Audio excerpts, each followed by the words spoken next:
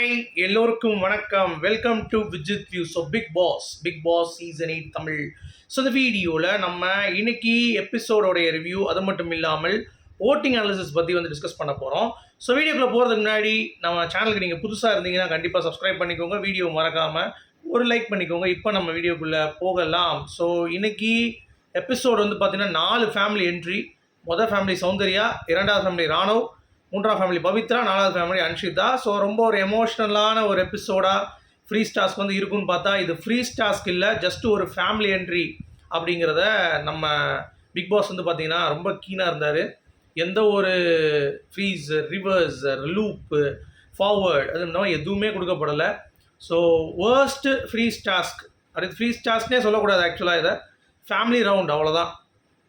இவங்களே வந்து உள்ளே வந்து ஃப்ரீஸ் ரிலீஸுன்னு விளாண்டுருக்காங்க. அது பார்ப்பதுக்கு சுத்தமாக நல்லா இல்லை அப்படின்ற மாதிரி நம்ம கண்டிப்பாக சொல்லணும் போல். அந்த மாதிரி தான் இருக்குங்க, சரியா?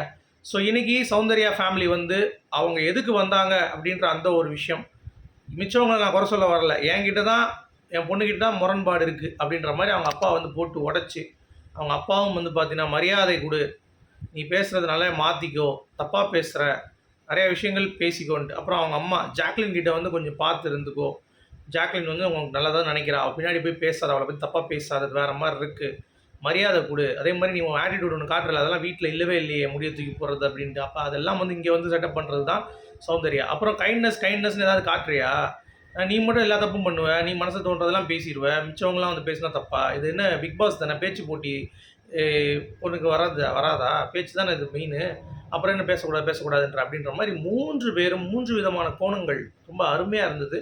மிரண்டு போயிட்டாங்க நம்ம சௌந்தர்யா. என்னடா அது, எல்லாரும் வந்து அவங்களுக்கு சூப்பராக வந்து பதில் சொல்லிட்டு இருந்தாங்க, நம்மக்கிட்ட வந்து வரவங்க எல்லாம் வந்து பார்த்திங்கன்னா அடிச்சு நொறுக்குறாங்க நம்மளை அப்படின்ற மாதிரி ஒரு வருத்தம் அப்படிங்கிறது கண்டிப்பாக இருந்துச்சு நம்ம சௌந்தர்யாவுக்கு.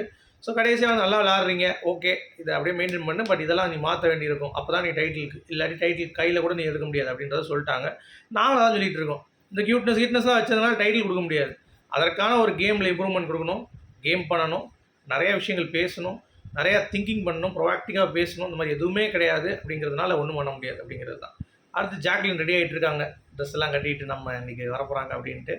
அந்த பிள்ளை பாவம், அது கடைசியாக பேசுவோம், சரியா? அடுத்து இவங்க எல்லாம் முடித்தோடனே ரொம்ப ஃபீல் பண்ணிவிட்டு நம்ம சௌந்தர்யாவும் ஜாக்லினும் ஒரு கான்வர்சேஷன் வச்சுக்கிறாங்க. அது ரொம்ப முக்கியமான ஒரு கான்வர்சேஷன் தான். என்னென்னா, நான் இனிமேல் ஒன்று இது பண்ண மாட்டேன், தப்பாக பேச மாட்டேன், இதனால் ஒரு மூஞ்சி தான் பேசுகிறேன்னு சொல்லிட்டு 2 பேரும் வந்து மன்னிப்பு கேட்டுக்கிறாங்க. அதுவும் குறிப்பாக சௌந்தர்யா ஜாக்லின் கிட்ட மன்னிப்பு கேட்டு அவங்க வந்து சேர்ந்துக்கிறாங்க. கோவா கேங் வந்து மேக்னெட்டில் ஒட்டுற மாதிரி அங்கங்கே இருக்க மேக்னெட் வந்து பிச்சுக்குன்னு ஒட்டுது. ஏன்டா திருப்பி ஒட்டுறீங்க அப்படின்ற மாதிரி தான் இருந்துச்சு. என்னத்தையோ ஒன்றா அந்த 3 வாரத்தை ஷோவை முடிச்சுட்டு கையை எடுத்து கும்பிட்றான்டா, முடிஞ்சு போச்சுடா, 20 நாள் இல்லை அப்பா, ஒரு விடிவு காலம் தான் அப்படிங்கிறது தான். ஸோ தயவு செஞ்சு சீக்கிரம் முடிச்சு தொலைங்க அப்படின்ற மாதிரி இருந்துச்சு. இவங்க கேங் சேர்றது என்ன, அது என்ன, இது என்னன்ட்டு சரி, இது ஒரு பக்கம் போய் கொண்டு இருக்குது. அடுத்து ரொம்ப முக்கியமான ஒரு அப்டேட் வந்து பார்த்திங்க அப்படின்னா, நம்ம ராணவோடைய ஃபேமிலி உள்ளே வந்துட்டு அவங்க அப்பா ராணவகிட்ட அந்த வீக்கெண்டு மேட்ரு மட்டும்தான் பேசுகிறார். வீக்கெண்டு வந்து கொஞ்சம் தடுமாறுற, அது மட்டும் பார்த்துக்கோ, வெளியெல்லாம் சூப்பராக இருக்குது, எல்லாம் நல்லா போயிட்டுருக்குப்பா, ஸோ நல்லா பண்ணு, ஆல் தி பெஸ்ட் அப்படின்ற மாதிரி சொல்கிறாரு. சரிப்பா அப்படின்னு சொல்லிட்டு, உங்களுக்கு யாராவது முரண்பாடு இருக்கான்னு கேட்டுறப்ப சௌந்தர்யா, அப்புறம் ஜெஃப்ரி கிட்டையும் லைட்டாக சொல்கிறாரு. சௌந்தர்யா கிட்டே வந்து என்னம்மா நீ அடிபட்டு இருக்கிறப்ப நீ என்னம்மா அப்படின்ற மாதிரி பேசி வச்சுட்டு, அப்புறம் ஒருத்தவங்ககிட்டையும் வந்து சொல்கிறாங்க, அருணை வந்து புகழ்ந்தாங்க. மொதல் ஃபேமிலி வந்தாங்க சௌந்தர்யா, அவரும் அருண் வந்து நல்லா பண்ணுறீங்க அப்படின்னாரு, நல்லா ஃப்ரெண்டாக இருக்கீங்கன்னாரு. ரயானை வந்து போட்டு விட்டுருச்சு நம்ம சௌந்தர்யா அவங்க அப்பா கிட்ட, இந்த மாதிரி அப்பா இவன் வந்து மூக்கு கிள்றான்ப்பா, கிள்ள சொல்லுங்கள் அப்படின்ட்டு, நீ வேறு ஏன் மூதி என்ன கோத்து விட்ற அப்படின்ற மாதிரி ஆகிட்டான் அவன். அதுக்கடுத்து வந்து பார்த்திங்கன்னா நம்ம ராணா ஃபேமிலி எல்லாம் முடிச்சுட்டு வெளியே வரும் பொழுது எல்லாம் சொல்கிறாங்க, அந்த மாதிரி சில பேர் இதில் விளையாடாதீங்க, அவங்க காயம் வந்தால் போய் பாருங்கள், என்னென்னு போய் அட்ரஸ் பண்ணுங்கள், அதை விட்டுட்டு எல்லாம் போய் தள்ளி நிற்கிறது ஒரு மாதிரி இருக்குதுன்னு சொல்லிட்டு அதை வந்து சொன்னாங்க. அப்புறம் அந்த பெயின், அவங்க அம்மாவோட பெயின் நமக்கு தெரிஞ்சிச்சு, எவ்வளோ வலி இருக்கும் அப்படின்னு சொல்லிட்டு வெளியே பார்த்துட்டு இருக்கும் பொழுது நம்ம அந்த கண்ணோட்டத்தில் பார்க்க மாட்டோம். நம்ம அது சாதாரண ஒரு, அதான் ரொம்ப பெருந்தமையாக சொன்னார் அவங்க அப்பா, அவன் ஜெஃப்ரி பிளேயர் தான், அது ஒன்றும் பிரச்சனை இல்லை, கரெக்டாக தான் இது பண்ணான், பட் வெளியே போய் நான் அவனை பார்த்துக்கிறேன் அப்படின்றாரு. வெளியே போய் பார்த்துக்கிறீங்களா அங்கிள், நான் வரமாட்டேன் அங்கிள் அப்படின்ற மாதிரி ஜெஃப்ரி வந்து கண்ணகின்னு ஆடிட்டேன் அப்படின்றது தான். பட் இருந்தாலும் கொஞ்சம் நர்வஸ் ஆகிட்டான் ஜெஃப்ரி, ஐயோ என்ன குத்தி போய் அச்சு போட்டுருவாரோ அப்படின்ற மாதிரி. பட் ஓகே, அது ஒரு பக்கம் போயிட்டு இருந்துச்சு. அடுத்து வந்து பார்த்திங்கன்னா எல்லாம் சொல்லிவிட்டு அவங்க வந்து அங்கேருந்து ஃபோட்டோஸ் எடுத்துகிட்டு, ராணுவக்கிட்ட ஒரே ஒரு விஷயந்தான், பட் முரண்பாடுங்கிறப்ப வந்து இவங்க ஒருத்தவங்க தான், அப்புறம் பவித்ராட்ட பேசுகிறதெல்லாம் வரவே இல்லை, எபிசோடில் வரல. ஸோ அதை அப்படியே தூக்கி கட் பண்ணிட்டானுங்க. ஸோ அவ்வளோதான். அடுத்து அந்த ஃபேமிலி பார்த்தீங்கன்னா பவித்ராவுடைய ஃபேமிலி. ஸோ பவித்ராவுடைய ஃபேமிலி ரொம்ப ரொம்ப முக்கியமான ஒரு ஃபேமிலி. ஏன்னா அவங்க அண்ணன் வந்து ஓவராக அடி தூள் கிளப்பிட்டாம்ல. லைவில் பார்த்தீங்கன்னா தெரியும், நாமினேஷன் முதற்கொண்டு டிஸ்கஸ் பண்ணுறாங்க அப்படிங்கிறத போட்டு உடச்சிட்டாரு. பிக் பாஸ் கிட்ட வார்னிங் வாங்க அதெல்லாம் வரல. ஜென்ரலாக அவர் பேசுனது வந்துச்சு. அவங்க முரண்பாடு யாரை காட்டுறாங்க அப்படின்னு சொல்லி பார்த்தீங்கன்னா, நம்ம தர்ஷிகா கிட்ட வந்து பேசுனது விஷாலுக்கு சொல்கிறாங்க. அது வந்து ஆதரவாக தான் பேசுனாங்கப்பா, உனக்காக வந்து எதிராக பேசலை, நல்லது தான் சொன்னா அப்படின்ற மாதிரி. அப்புறம் மஞ்சரி கிட்ட வந்து சொன்னாங்க, இந்த மாதிரி டால் எடுத்துகிட்டு போனது அந்த ஒரு விஷயம், அதெல்லாம் கொஞ்சம் ரொம்ப நீங்கள் ஹார்ஷாக இருந்தீங்க. ப்ளஸ் முட்டையை தூக்கி ஊற்றுனீங்கல்ல, அதெல்லாம் வந்து கொஞ்சம் ஒரு மாதிரி இருந்தது பார்க்குறதுக்கு, எவிடெண்ட்டாக ஒரு ஃபீல் ஆச்சு அப்படின்ற மாதிரி. ஓகே அதெல்லாம் பார்த்துக்கிறேன் அப்படின்றாங்க. ஸோ அந்த ஒரு டிஸ்கஷன் போயிட்டுருக்கு பவித்ராவுடைய ஃபேமிலி. அப்புறம் எல்லாரை வச்சும் வந்து சொல்கிறாங்க யார் யார் என்னென்ன. ராக்கெட் மாதிரி சௌந்தர்யா, ஜெஃப்ரி வந்து பார்த்தீங்கன்னா என்னப்பா ஒரு நல்லா ஒரு பிளேயராக இருக்கான், சரியா, அடித்து நகர்த்துறான், எல்லா இடத்துலையும் வந்து போட்டு தாக்குறான். ராணுவம் வந்து வேறு லெவல் பிளேயர், அந்த மாதிரி பிளேயர்லாம் வந்து இருக்கவே இருக்காது. ஒன்று பண்ண சொன்னால் 9 பண்ணிட்டுருப்பேன் அப்படின்ற மாதிரி. அப்படி ஒருத்தவங்களுக்கும் ஒரு கேரக்டர், முத்துக்குமரனை கேமர் சொல்கிறது, இந்த மாதிரி ஐடென்டிஃபை பண்ணி பண்ணாங்க. அது நல்லா இருந்தது. அடுத்து அன்ஷிதா வீட்டிலேருந்து வந்தாங்க. வந்து திருப்பி அருண் தான் பிடிச்சிருக்கு அப்படின்ற மாதிரி சொல்லி அருணுக்கு ஒரு டெடிகேஷன். அப்புறம் அவங்க அண்ணன் வந்து தீபக்கையும் சௌந்தர்யாவை பிடிக்கும்னு சொல்லிட்டு அவங்கள பற்றிலாம் வந்து பேசிகிட்டு இருக்காங்க, சரியா. ஸோ அவங்க தான் முத்துக்குமரன் வந்து கேமர்னு சொன்னார். அவர் வந்து பார்த்தீங்கன்னா இன்னொரு பவித்ராவோட அண்ணன் வந்து முத்துக்குமரன் அவர்களை பேசுவது கொஞ்சம் என்ன சொல்கிறது, இடத்திற்கு ஏற்ப கொஞ்சம் பேசுங்க, கொஞ்சம் கம்மி பண்ணிக்கோங்க அப்படின்ற மாதிரி சொல்லிட்டார். ஸோ இவங்க வந்து பேசிவிட்டு அப்புறம் அன்ஷிதாவும் வந்து பார்த்தீங்கன்னா ரொம்ப ஹாப்பி அவங்க ஃபேமிலி வந்ததில். சம்மந்தி அரைச்சி எல்லாத்துக்கும் வந்து கொடுக்குறாங்க.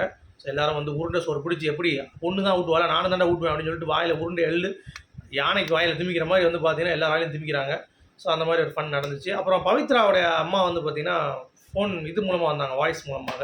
விஜய் சேதுபதி வந்தார்ல, ஹலோ ஹலோ எஸ் அப்படின்ற மாதிரி, அந்த மாதிரி அவங்களும் வந்தாங்க. அதை பார்க்குறது ரொம்ப இயல்பாக இருந்தது, நல்லா இருந்தது. அவ்வளோதான். அடுத்து ஓட்டிங் அனாலிசிஸ் பொறுத்த வரைக்கும் அவ்வளோதான். இங்கே 4 ஃபேமிலி கடைசியாக என்ன டிஸ்கஷன்ஸும் வந்து போகல. ஸோ எல்லாம் போன பிறகு எல்லாம் உட்காந்து சாப்பிட்டாங்க. எல்லாம் கிறிஸ்மஸுக்கு லஞ்ச் வந்து கொடுத்துருந்தாரு நம்ம விஜய் சேதுபதி. அதை சாப்பிட்டுட்டு எல்லாம் ஜாலியாக இருந்தாங்க அப்படிங்கிறது தான். ஸோ ஜாக்லின் 75,000 வாக்குகள் முதலிடம், மஞ்சரி 68 2ஆம் இடம், ராணவ் 60 3ஆவது இடம், விஷால் 51,000 4ஆவது இடம், பவித்ரா 50,000 5ஆவது இடம். பவித்ரா கொஞ்சம் ஓட்டு இன்க்ரீஸ் ஆகுது, விஷாலை முந்த போகிறாங்க அப்படின்றது தெரியுது. ஸோ பார்ப்போம். ஏன்னா இன்றைக்கி அவங்க ஃபேமிலி வந்துட்டு போயிருக்காங்கல்ல, அது நேற்று அவங்க ஃபேமிலி வந்தப்போ அவங்களுக்கு பிடிச்சி, இன்றைக்கி ராணுவுக்கும் கொஞ்சம் ஓட்டு இன்க்ரீஸ் ஆகிறதுக்கு வாய்ப்பு இருக்குது. அவர் ஃபேமிலி வந்துட்டு போனாங்கல்ல, அன்ஷிதாவுக்கும் இன்க்ரீஸ் ஆகிறதுக்கு வாய்ப்பு இருக்குது ஜெஃப்ரியை முந்துறதுக்கு. ஸோ இப்படி முந்தினா கூட ஜெஃப்ரி திருப்பி நாளைக்கு மேலே வந்துடுவான், ஏன்னா அவங்க அம்மா வந்துடுவாங்கல்ல நாளைக்கு. ஸோ ஜெஃப்ரியும் அன்ஷிதாவும் தான் கடைசி. ஸோ அவங்களுக்கு தான் கொக்கரக்கோ கும்மாங்கோ அப்படின்ற மாதிரி தான். எல்லாம் கேட்குறீங்க எவ்வளோ டிவிஷன் இருக்கும், ஒன்று தானே இருக்குன்றீங்க. ஒன்றுலாம் இருக்காது. 11 பேர் டிக்கெட்டு ஃபினாலே கிடையாது, 10 பேர் தான் டிக்கெட்டு ஃபினாலே. அதில் 8 பேர் தான் ஆட விடுவாங்க, 2 பேர் வெளியே உட்கார வச்சுருவாங்க. சும்மா எல்லாத்துக்கும் ஆடி போய் அவங்களுக்கு பட்ஜெட் எங்கே போகிறது. ஸோ அந்த மாதிரி டாஸ்க் வச்சு ஏதாவது பண்ணுவாங்க. ஸோ வெயிட் பண்ணி பார்க்கலாம், சரியா. ஸோ உங்களுடைய கருத்துக்கள் சொல்லுங்கள். இவ்வளோ தான் எபிசோட். மற்றபடி 4 ஃபேமிலியோடைய என்னென்ன பார்வைகள், யார் யார் மேலே இருக்க முரண்பாடு, அவ்வளோதான் எபிசோட். ஸோ நாளைக்கு 4 ஃபேமிலி வரப்போகிறாங்க அப்படிங்கிறது தான். முடிச்சுட்டா வெள்ளிக்கிழமை ரிலாக்ஸ் பண்ணிவிட்டு அப்போ யாராவது ஃப்ரெண்ட்ஸோ ஃபேமிலியோ அங்கேருந்து வந்துட்டு அதை முடிச்சுடுவாங்க ஃப்ரீ டாஸ்க்கை.